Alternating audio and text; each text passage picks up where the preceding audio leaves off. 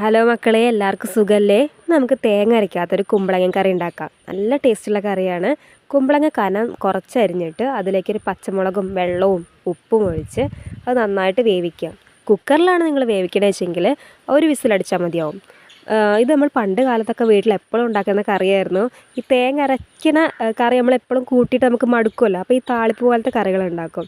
ഇത് നന്നായിട്ട് 2.5 ഗ്ലാസ് വെള്ളമാണ് ഞാൻ ഈ അരക്കഷ്ണം, ഒരു ചെറിയ കുമ്പളങ്ങേൻ്റെ അരക്കഷ്ണം കുമ്പളങ്ങ എടുത്തിട്ടുള്ളത്.